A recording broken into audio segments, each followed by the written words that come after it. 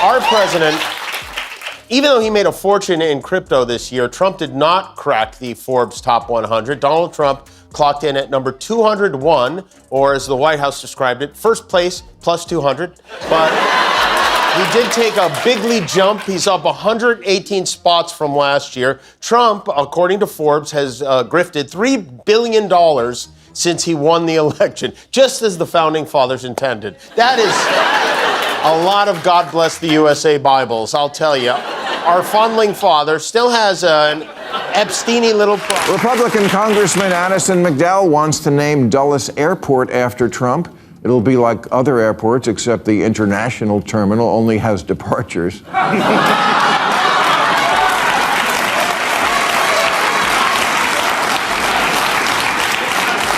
There's also a bill in Congress to add Trump to Mount Rushmore because, like Washington, he's a patriot. Like Teddy Roosevelt, he's a renegade. And like Abraham Lincoln, he's not really helping the theater scene in Washington, D.C. Trump's presidency has become comedy's ultimate jackpot, and late-night hosts like Jimmy Kimmel and Bill Maher treat it like Christmas morning. There's no need to write punchlines. They just unwrap the latest fiasco. Each day, he serves fresh material on a silver platter, and comedians line up like kids waiting for Santa. Only in this version, Santa wears a red tie, rocks a spray tan, and turns every headline into effortless satire gold without even trying. Trump is in the UK, or as he has to be reminded not to call it, the UK. Paddington Unbearable is in England for an official visit with the royal family. Wait till he finds out tea time has nothing to do with golf. He's going to be very upset. The royals are expected to greet the president and first lady tomorrow, but some clever Brits are already rolling out, I wouldn't call it a red carpet exactly, but rather a King Kong-sized photo of Trump with his buddy Jeffrey Epstein. I got him to sign that. This is my favorite possession. Yeah, 56 horrible things he said about me, obviously, which were in. I obviously had said something about him that. So, no one needs to lecture me about Donald Trump. And well before I did the horrible dinner, which changed the world completely. Kimmel compares Trump's administration to a reality show reboot no one wanted but can't look away from. It's not must-watch TV, it's background noise, chaotic, and exhausting. Each press conference or rally feels like another forced episode, stretching a show that should have been canceled seasons ago. What should carry presidential weight instead feels like an endless blooper reel, full of missteps and spectacle. The dignity of leadership is replaced with something more performative, absurd, and strangely persistent. He avoided the press all day yesterday until dinner time. At dinner, he rounded up the closest thing he has to friends to take a field trip to Joe's Seafood, a restaurant, to make a big show out of how safe Washington is since he turned it into a militarized zone. Here we are. We're standing right in the middle of D.C., which, as you know, about over the last year was a very unsafe place. Over the last 20 years, actually. It was Maher takes it further, arguing that Trump doesn't truly govern, he performs. He's not leading the country so much as reciting lines, stuck in a role he never quite learned. His rallies resemble bad stand-up sets, recycled bits, crowd work, and an inability to sense when the punchlines fall flat. But this isn't amateur hour at a comedy club, it's the presidency. And the stakes should be a lot higher than landing applause or clearing a 2-drink minimum. Yeah, the Kennedy Center is not something I really care a lot about, but I do care that an American president doesn't see anything wrong with him personally taking it over, or that his communications director, Stephen Chung, said it was justified because Trump, quote, is a virtuoso and his musical choices represent a brilliant palette of vibrant colors when others often paint in pale pastel. This city, here I am standing out in the middle of the street. I wouldn't have done this 3 months ago, 4 months ago. I certainly wouldn't have done it a year ago. And I also wouldn't have done it tonight without the 85 Secret Service agents surrounding me. But he's right. When he's right, he's right. Washington was a dangerous place. I remember a time not so long ago when an angry mob stormed the Capitol. It was absolutely nuts. Trump's policy record is a parade of contradictions. He touts strength but breeds chaos, claims deal-making prowess yet negotiates like someone haggling over junk at a yard sale. Trade deals begin with bluster and end in bewilderment. Summits kick off with bravado and wrap up in awkward photo ops.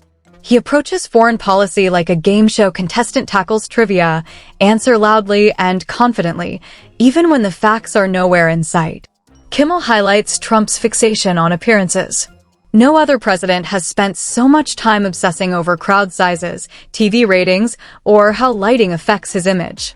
He governs like a fading celebrity clinging to relevance, driven more by insecurity than leadership. Policy often takes a backseat to performance, with decisions shaped by optics rather than outcomes. The nation becomes a backdrop for his endless self-promotion, a carefully staged production where he plays the hero, not to solve real issues, but to feed the narrative of his own myth.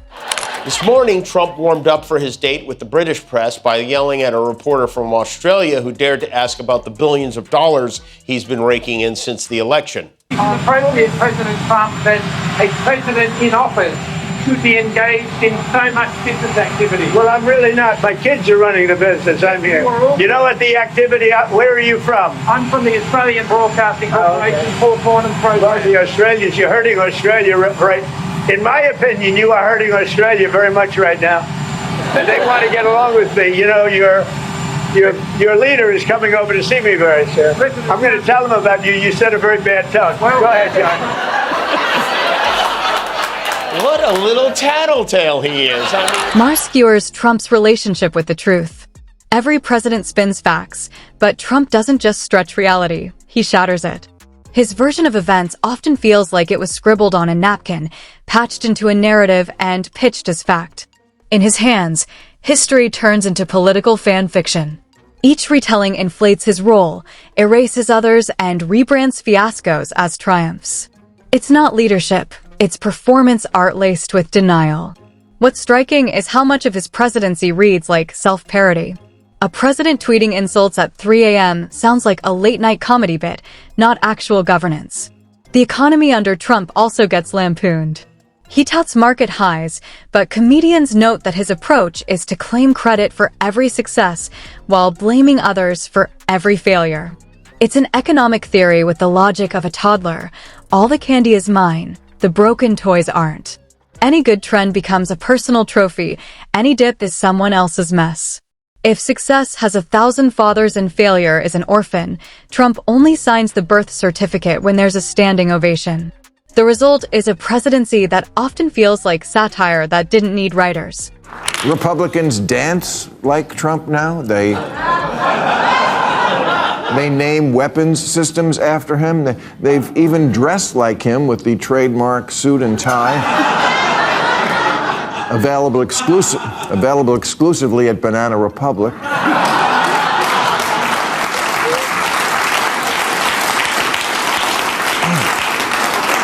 Yeah, all these super macho guys eating the ass of another man.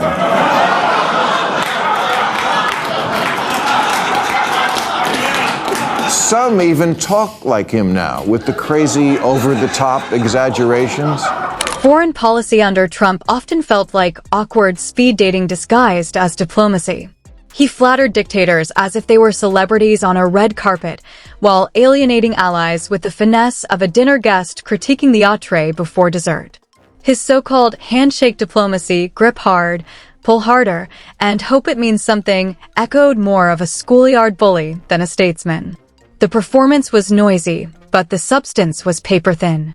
Jimmy Kimmel roasted Trump's speaking style as free-form jazz, minus rhythm, structure, or sense. He stumbles through sentences like a man lost in a maze of his own half-formed thoughts. Words double back, ideas crash into each other, and by the end, listeners are dazed rather than informed. The teleprompter might as well be a Rubik's Cube, and his improvisation would embarrass even a rookie improv troupe. Every speech is a linguistic roller coaster where coherence is entirely optional. Then there's the culture war theater, loud, divisive, and all-consuming. Bill Maher called it pure performance art, with national unity as the ticket price. Inside the White House, chaos reigned like a running gag. Staff turnover became so routine it resembled a reality show elimination. You're fired, often delivered via tweet. Advisors cycled through like contestants on Survivor, except less competent and more loyal. Merit took a backseat to flattery.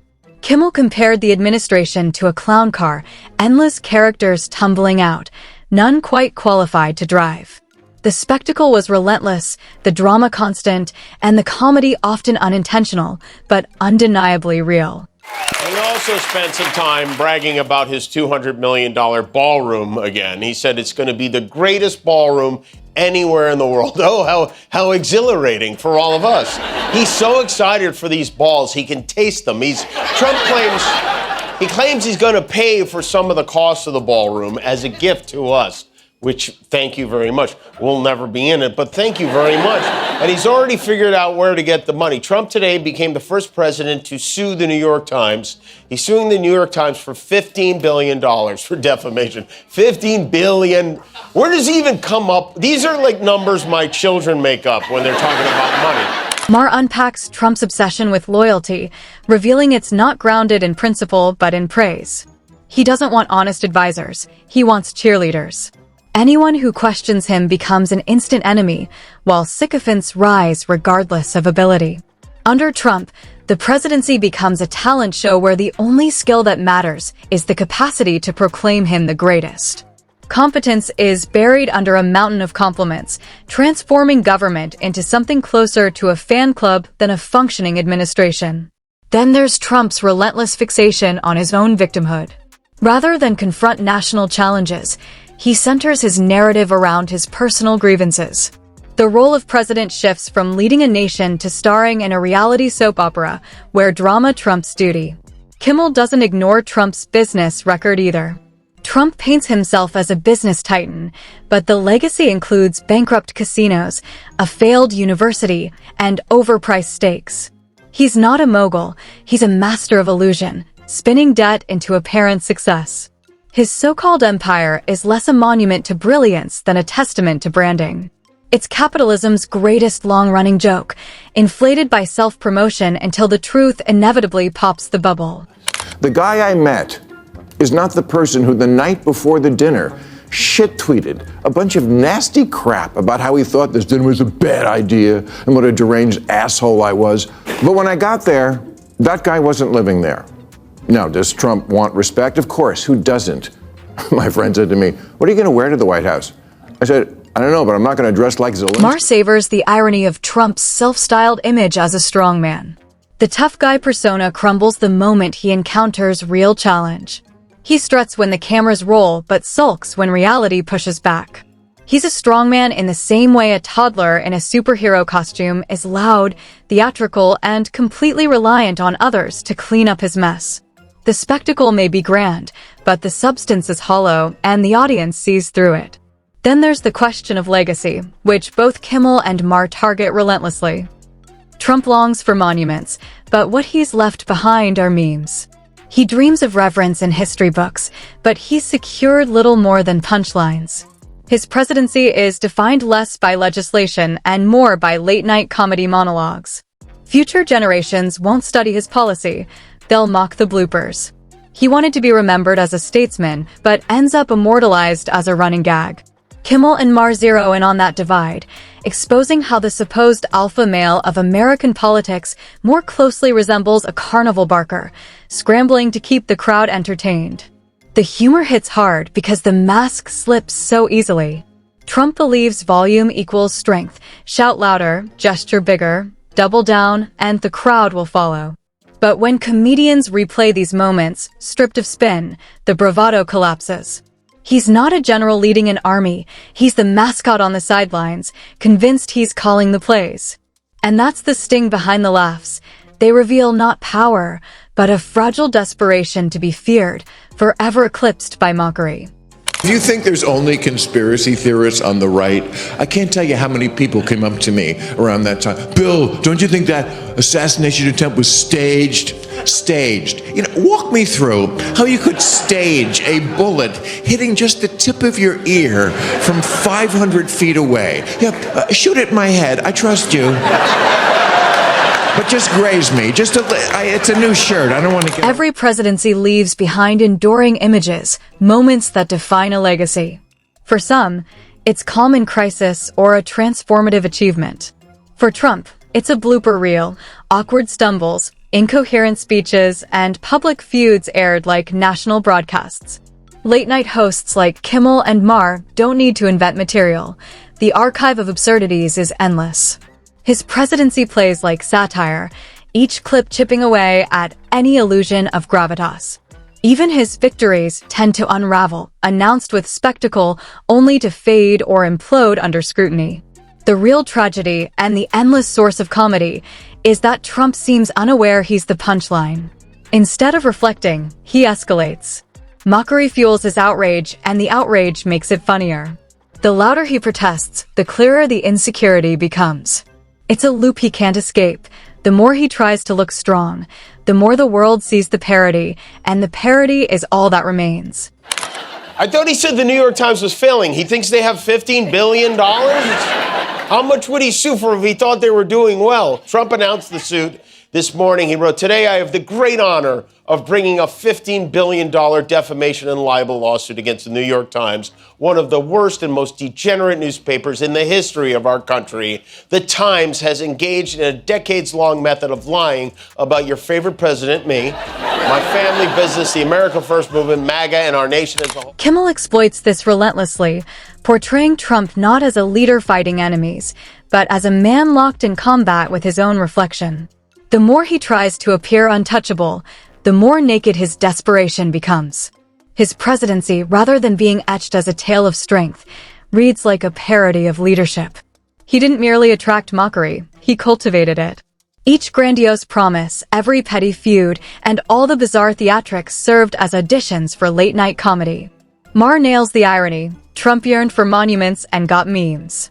He sought reverence and received ridicule. The legacy he built wasn't a monument to power, but a punchline that outlasts the man himself. By the time the laughter fades, there's little left to redeem. The myth of Trump as an indomitable force collapses under the weight of his own absurdities. History won't frame his rallies as moments of inspiration, but as farcical sketches pretending to be governance. What remains isn't awe, but amusement, not admiration, but mockery. That's the real sting of Kimmel and Maher's satire. They don't merely laugh at Trump, they invite the nation to laugh along, sealing his place not as a strongman, but as the clown of his own circus.